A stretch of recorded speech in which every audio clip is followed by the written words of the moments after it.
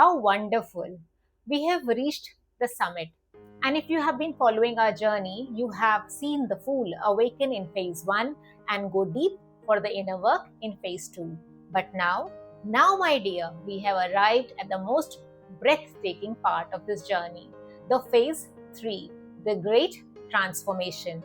Now, this is where the soul's training is put to ultimate test. We are moving through the final cards from the shadow of the devil and the collapse of the tower, all the way to the hope of the star, the mystery of the moon, and the radiance of the sun, and ultimately the completion of the world. Hello, my lovelies. A warm namaste and greetings from Chandra, your friendly neighborhood tarot advisor. Now, this is the chapter where the shadows finally meets the light, landing us to the ultimate completion, the world. If you're ready to see how the chaos of the journey transform into this harmony, you are exactly where you need to be. And as we did in phase 2, I will be sharing a journal prompt for each card we encounter. Now, these prompts are not about finding the right answer. They are in fact invitations to engage with the cards personally. Pause the video whenever one resonates. Write, reflect, return to it later if you need to, because understanding tarot intellectually is one thing. Living its lessons where the transformation happens is another thing. Now let's take a deep breath. Chant an invocation if you may, and let us culminate this journey together. Shall we? Phase 3, the Great Transformation. Cards 15 to 21. We have reached the final chapter of the Fool's Journey, my dear. Phase 3, the Great Transformation. Now, if phase 1 was about discovering the outer world, the phase 2 was about navigating the inner world. Then, the phase 3 is about the collision between the two. Yes, you guessed it right.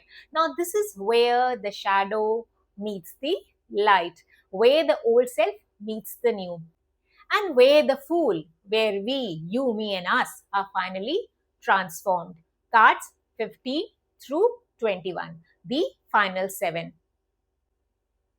Card 15, the devil. Now, the devil is not the evil, my dear. The devil is the illusion of chains. Look at the card closely. The two figures chained to a pedestal. But look closer. These chains are loose. The question is, do they know that? And honestly, that is what makes this card so powerful. The devil represents a bondage through belief, addictions, fears, toxic patterns, limiting narratives, possibly shame, the cycles we unconsciously repeat. The devil says, you are not trapped nearly as much as you believe you are. You are not trapped, my dear. You may be hypnotized. And waking up from that illusion, my dear, is transformational work.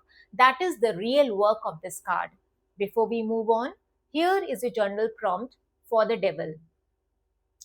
What uncomfortable truth do I already know about the situation, yet continue to negotiate with? Card 16th, the Tower. And then the lightning strikes, sudden collapse, upheaval, revelation. Now here is the thing about the tower.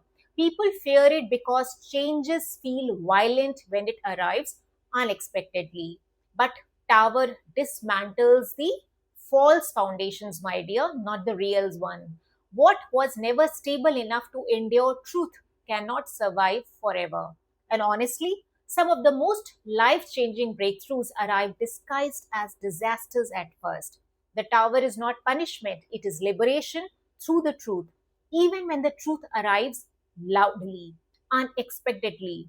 It is a breakthrough wearing the costume of a disaster. Now sit with that thought. What it reveals was always meant to be found.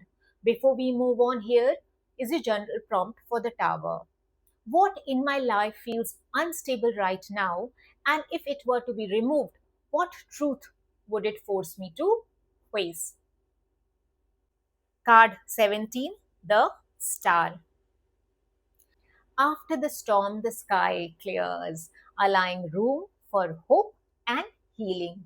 She kneels by the water, pouring it gently onto the earth and back into the pool. Remember the temperance imagery? A continuous cycle of giving and replenishment. Above her, the stars shine. And she's unafraid. The star is one of the most emotionally healing cards in the major arcana. And notice the sequence here, my dear. Hope does not come before the tower, hope arrives after the survival. That matters. The star is not naive optimism, it is earned hope. The kind which is born after the heartbreak, after the collapse, after the disillusionment, and the kind that says, the worst has passed. I'm still here and I trust what comes next. Not because life has become predictable, but because I have discovered my own capacity to endure. And honestly, that is sacred resilience. Now, before we move on, your general prompt for the star: where in my life have I already survived something I once thought would break me? Card 18, the moon. And just when you think clarity has finally arrived, the moon appears. The moon illuminates partially, not completely, and that is intentional. Because not every season of life is meant to provide total certainty, does it? The path winds. In the water, something rises from the deep, and the night is full of shapes that may or may not be real. The moon is the subconscious, dreams, fears, intuitions, hidden truths, emotional complexity. The moon asks, can you trust yourself even when you cannot see the entire path? The moon's invitation is simple: stop demanding certainty, trust the partial light. Your inner knowing is more reliable than you believe. And honestly, that is one of the hardest spiritual lessons here is. Before we move on, your general prompt for the moon: what am I demanding certainty about right now, and what would change if I trusted myself, my intuition instead? Card 19th, the Sun. Joy, pure, radiant, uncomplicated joy. After the shadows of the moon, the sun arrives and everything is illuminated. A child rides a horse beneath a blazing sun, a radiant sun, arms wide open, a grand banner flowing behind them. Nothing is hidden, nothing is distorted, nothing is obscured. The sun is authenticity, vitality, clarity, confidence, and life force. This is the soul stepping fully into the light without apology. And when this card appears in a reading, my dear, allow yourself to receive it fully. Accept it completely. The fool has earned this warmth. You have earned this warmth. Before you move on, your general prompt for the sun: where in my life am I still hiding a part of myself that deserves to be fully seen? Card 20, Judgment. The angel's trumpet sounds, the soul awakens, not literally from the death, but from the unconscious living. Now, judgment is the moment you finally hear your true calling deeply, not the role others assigned to you, not the identity you built for survival, but the deeper truth of who you actually are. And once that is heard, it cannot be unheard. Judgment asks, will you now rise into your own truth now? Because every calling ignored eventually becomes a whisper that refuses to leave. The call of judgment is not asking you to become someone else. That is important. It is asking you to remember who you were before the world told you who to be. The trumpet is not a threat, it is an invitation. Rise up, rise together, answer the call. Now, before we move on, your journal prompt: what calling, what truth, or what desire keep returning to you no matter how often you try to ignore it? And finally, card 21, the world. And At last, the world, completion, integration, wholeness. The fool moves in with perfect grace within the wreath of victory. In each corner, the four elements are there. Watch. The fool holds the two wands, the very same wands the magician held at the very beginning. But everything else has changed because the fool has changed. You have changed. We have changed. The fool arrives transformed, not because the journey was perfect, but because every lesson became wisdom. The world is the realization that nothing was wasted, not the heartbreak, not the confusion, not the waiting, and not the collapse. Everything shaped the becoming. The world is completion, integration, the recognition that the journey, every beautiful, painful, terrifying, luminous step of it was exactly what it needed to be. The world does not promise a life free from difficulty. What it offers is something far more valuable, the knowledge that you can meet life fully because you have already survived the journey that shaped you. Your general prompt when the world arrives. When I look back on the person I was at the beginning of this journey, what wisdom have I gained that I could not have learned any other way? And perhaps the most beautiful part, the fool's journey never ends. The fool leaps again, but not the same fool who once stood at the edge of the cliff, not the innocent wanderer who stepped into the unknown with little more than faith. The fool returns carrying experience, wisdom, scars, lessons, and perspectives. The path ahead may look familiar, but the traveler has changed, and that changes everything. The fool begins again, not because the journey failed, but because the life itself moves in cycles.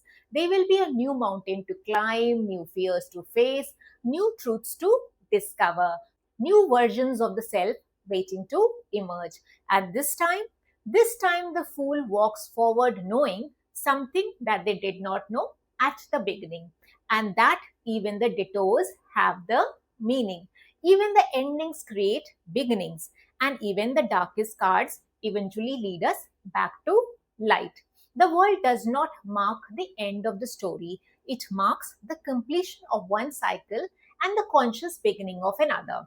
Wiser, stronger, more resilient, more fully themselves than ever before. And that, my dear, is a great gift of Major Arcana, the soul's journey through life, again and again and again. And there you have it, my lovelies, all 22 major arcanas. All three phases of the fool's journey, from the leap of faith to the dance of completion. Now, here is the thing, knowing these cards is only the beginning because tarot is not a fortune telling machine. Yes, you said that right. Tarot is but a mirror. And the more deeply you understand these archetypes, the more clearly you will begin to understand yourself. Now, my philosophy, as you know, has always been tarot for transformation, not simply interpretations. These cards are tools for consciously rewriting your story, not passively surrendering to it. So, my invitation is this: revisit these cards slowly, sit with them, journal with them, make use of these prompts, meditate with them, ask, what are you trying to show me about myself right now? Talk to them. And honestly, you will be surprised by how much of the answer already lives within you. Now, because what we have shared here today, my dear, is not even a drop in the vast ocean that tarot truly is. Think of it as a doorway, a feeler, a seat of faith, an invitation to step into the wisdom of the cards through your own lived experience rather than through rigid keywords or fixed definitions. There is no single correct way of understanding tarot because the deepest insights are not to be memorized, they are to be cultivated personally, emotionally, and spiritually, the way I show through my own journey. And in all honesty, my dear, this series was never intended to be an exhaustive study on the major arcana. Entire books have been written on that single card. Lifetimes have been spent exploring the wisdom contained within these archetypes. No three-part series can ever hope to contain all of that. But if this journey has a spark, even a little curiosity, a little excitement, a new question, or even a healthy dose of skepticism, then I would consider this creative endeavor a success. Now, because my goal was never to tell you what to think about tarot, my hope was simply to encourage each one of you to reach for your own deck, sit with the cards, and begin looking at them through fresh eyes. To move beyond, memorize meanings, and discover your own relationship with these symbols. And if this series inspires even one person to begin that conversation with the cards, then my work here is more than done. And if you have walked this entire journey with me, from the Fool to the World, thank you so much for allowing me to share a small part of your path. If you have any questions about any of these cards, please do drop them in the comments below. I read every single one of them. And if this video has helped you, do share it onward and forward with someone beginning their tarot journey. Subscribe if you are still watching from the sidelines. Comment, engage. I would love to hear from you. Let us continue building this space together. One reading, one insight, one transformation at a time. I will see you in the next video. Love and light, Chandra.